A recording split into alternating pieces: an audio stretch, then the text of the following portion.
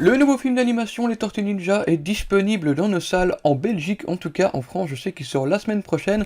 Eh ben, j'ai envie de vous dire que si vous avez apprécié le style d'animation de Across the Spider-Verse ou encore du Chapeauté 2, celui-ci va vous faire plaisir.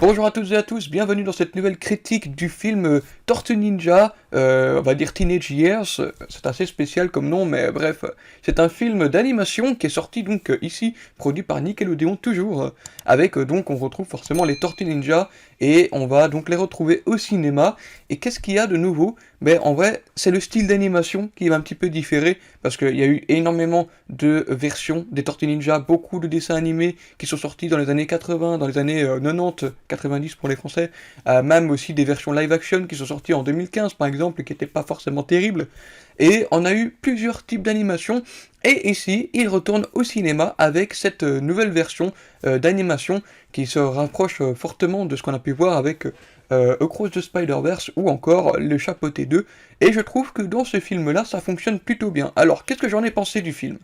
Il faut savoir que le film, je l'ai vu en VF, donc le film est sorti donc dans nos salles, et comme c'est un film d'animation, il est plus souvent vers les enfants, forcément plus côté famille, etc.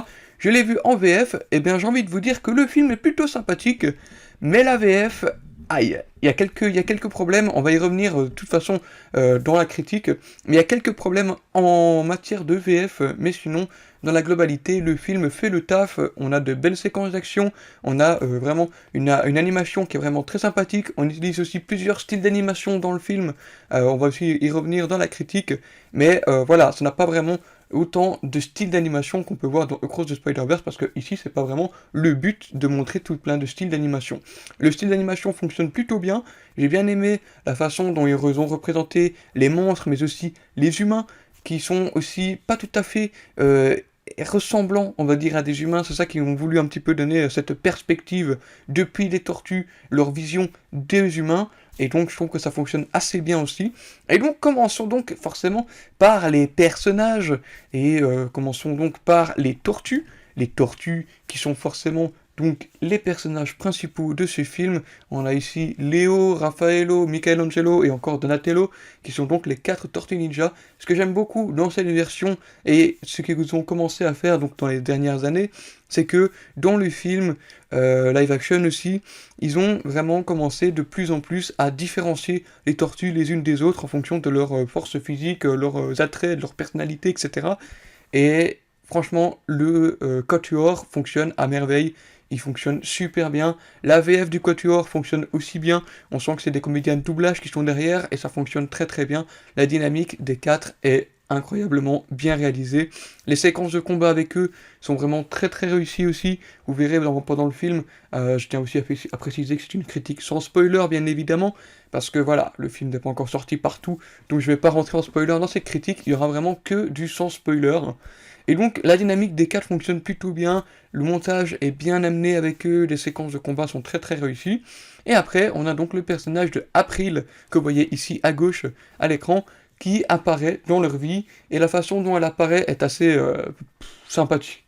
Voilà, tu sens que eux, ils se sont jamais vraiment allés du côté des humains, et elle n'a jamais rencontré donc de monstres, de mutants, on va dire, et tu sens que la relation entre ces personnes vont commencer à bien s'améliorer, comme le personnage d'April a toujours été avec les tortues dans toutes les différentes versions qui sont sorties.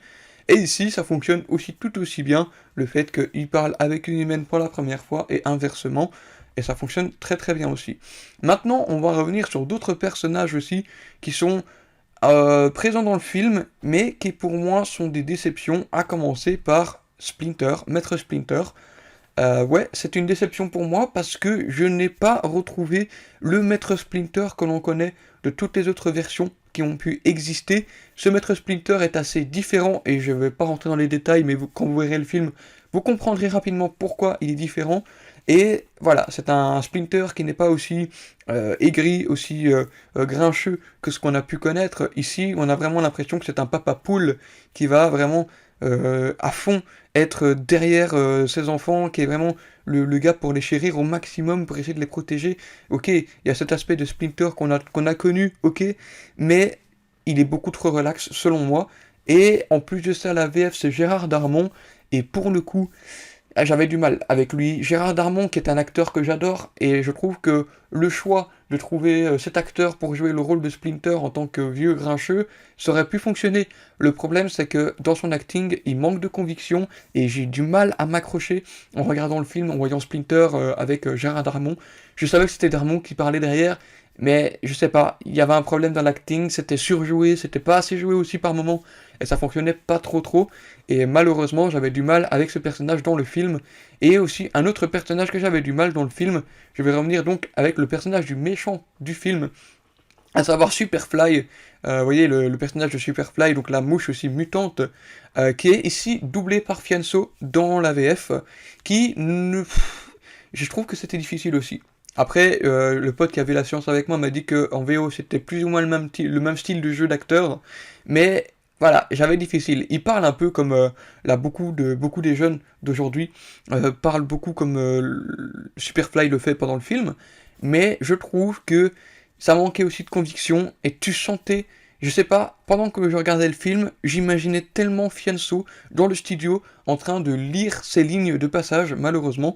Donc ça a été un petit peu difficile aussi. Et voilà, le méchant était pas tout à fait incroyable non plus dans le film. Il était, ok, il y avait ses motivations qui pouvaient être vues d'une certaine façon, mais aussi c'était pas tout à fait top.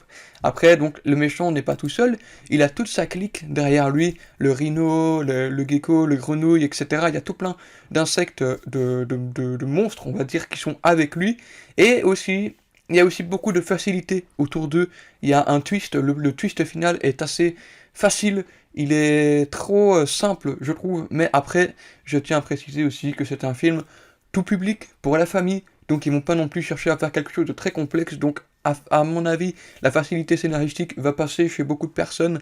Moi, pour le coup, moi qui m'attendais vraiment à plus, ben, je vous avoue que j'étais un petit peu déçu, mais ça va, c'est pas non plus la plus grosse déception, c'est pas non plus la plus grosse facilité scénaristique, mais je trouve que tout est beaucoup trop facile et beaucoup trop rapide sur certains enchaînements, et malheureusement, c'est peut-être deux, trois problèmes. Et il y a aussi un autre personnage qui apparaît dans le film, dont on va pas trop évoquer non plus, parce qu'il n'est pas hyper important dans ce film, c'est le personnage de Cynthia Outrom, je pense qu'elle s'appelle comme ça, qui est un personnage qui est à l'origine, on va dire, des tortues, qui va essayer de les retrouver, et donc voilà, ce qui se passe dans le film, c'est que le personnage va apparaître à certains moments, sans être non plus très important, mais voilà, si je devais résumer donc ce film des Tortues Ninja Teenage Years, je sais pas si c'est Mutant Mayhem en anglais, je sais pas pourquoi ils ont encore voulu traduire ça avec un autre titre anglais, je sais pas pourquoi ils font ça, mais en tout cas arrêtez s'il vous plaît de faire des titres qui changent mais uniquement en anglais.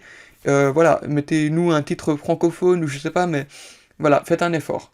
Sinon, le film, dans son ensemble, eh ben, j'ai envie de dire que c'était un bon moment, c'était agréable à regarder. C'est pas le film de l'année, c'est un bon moment cinéma, un bon moment popcorn et un bon film d'animation. Les animations sont belles, au niveau de la technique, c'est très réussi. J'ai rien à dire, beaucoup d'idées de mise en scène, beaucoup de jeux aussi, avec la perspective des différentes tortues qui fonctionnent aussi tout à fait bien.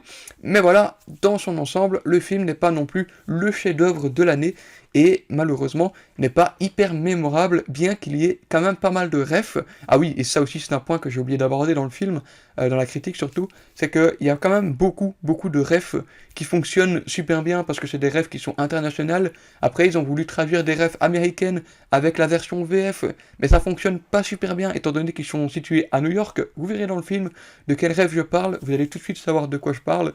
Et sinon, il y a quand même pas mal de refs, il y a aussi des caméos, enfin des caméos, c'est des refs caméos, on va dire, avec certains acteurs, certains films aussi, et aussi des références à certains jeux vidéo, et pas mal de choses, et ça peut faire plaisir aux plus grands fans de pop culture notamment. Voilà, c'est tout ce que j'avais à dire sur le film Tortue Ninja Mutant Mayhem. Je sais pas comment prononcer le titre une fois de plus. Mais voilà, merci à vous d'avoir regardé cette vidéo. N'hésitez pas non plus à me dire ce que vous avez pensé de ce film en commentaire. Et dites-moi aussi si vous attendez la suite, parce que apparemment une suite est en production. Bien évidemment, si celui-ci va fonctionner, mais je pense que ça va bien, c'est bien parti pour. Et voilà, dites-moi en commentaire ce que vous avez pensé du film. N'hésitez pas non plus à vous abonner en cliquant sur le bouton juste en dessous de la vidéo, mais aussi me suivre sur tous les réseaux, à savoir TikTok et Instagram, pour ne manquer aucun de mes autres contenus. Et il ne me reste plus qu'une dernière chose à vous dire, c'est à la prochaine pour de nouvelles vidéos. À très bientôt.